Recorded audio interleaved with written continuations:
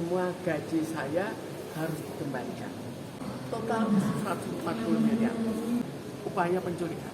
Itu saya ada di semua dokumen itu. Saya mengajukan, jadi ada suatu gugatan. Gugatannya sebetulnya cukup aneh.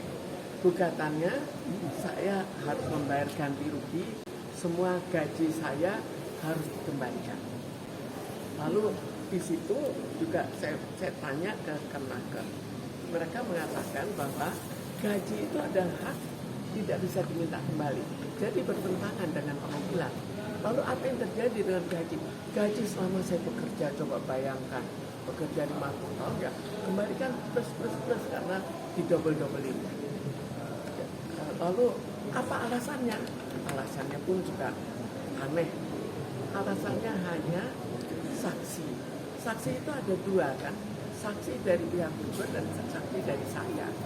Bluebird itu maksudnya direktur Bluebird dan saya sebagai sesama direktur.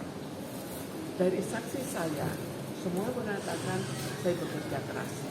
Itu 5 saksi. Dan saya membuat semua desain untuk Bluebird. Dari saksi dari Purnomo, itu dari direktur yang memberikan saya itu Purnomo. Purnomo mengatakan bahwa saksinya 3 orang tidak berani memberikan komentar. Satu itu sekretaris pribadi dia. Sebetulnya yang masih aktif, sebetulnya tidak kompeten untuk menjadi saksi dan hanya satu saksi. Oh, itu yang dianggap sebagai hal yang sah. Kemudian kita lanjutkan dengan gugatan lain, jadi total 140 miliar. Tapi apa yang terjadi? Anak harus ikut menanggung. Jadi kalau saya tidak selesai membayar, maka anak turunan saya semuanya kena. Tambah lama tambah aneh, siapa yang melakukan? Jadi rupanya tadinya saya harapkan Purnomo sudah berumur kan, ya lebih muda dari saya tapi ya sudah berumur. Kalau dia sudah tidak ada, saya harapkan anaknya menikah. Ternyata anaknya lebih ganas. Anaknya meminta bahwa semua turunan saya ikut membayar. Itu satu poin. Lalu kita lihat berikutnya, saya pencemaran nama baik. Pencemaran nama baik itu sekarang apakah benar? Katanya masyarakat sekarang sudah tercemar.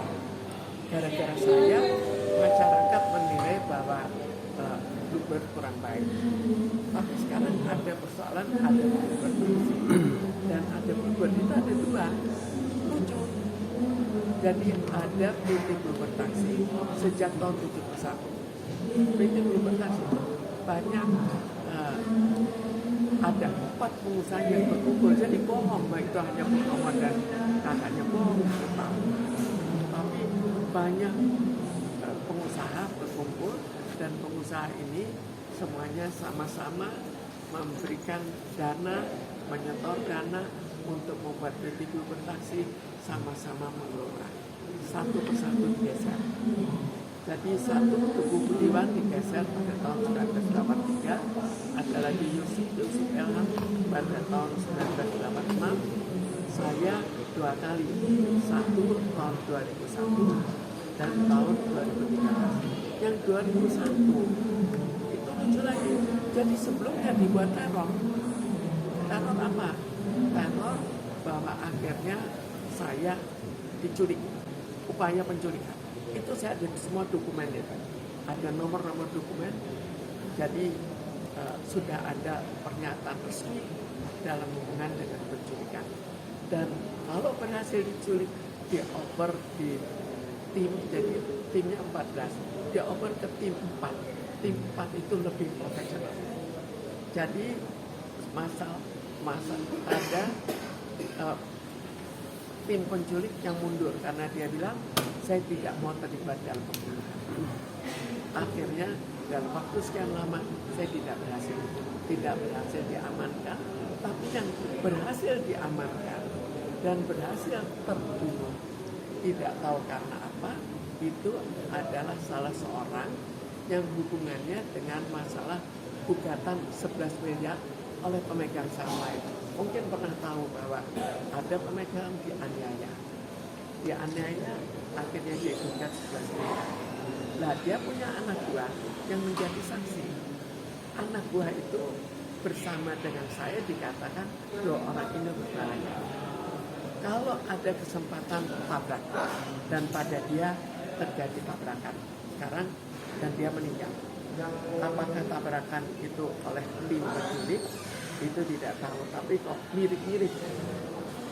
Lalu kita lihat pencemaran nama baik itu muncul lagi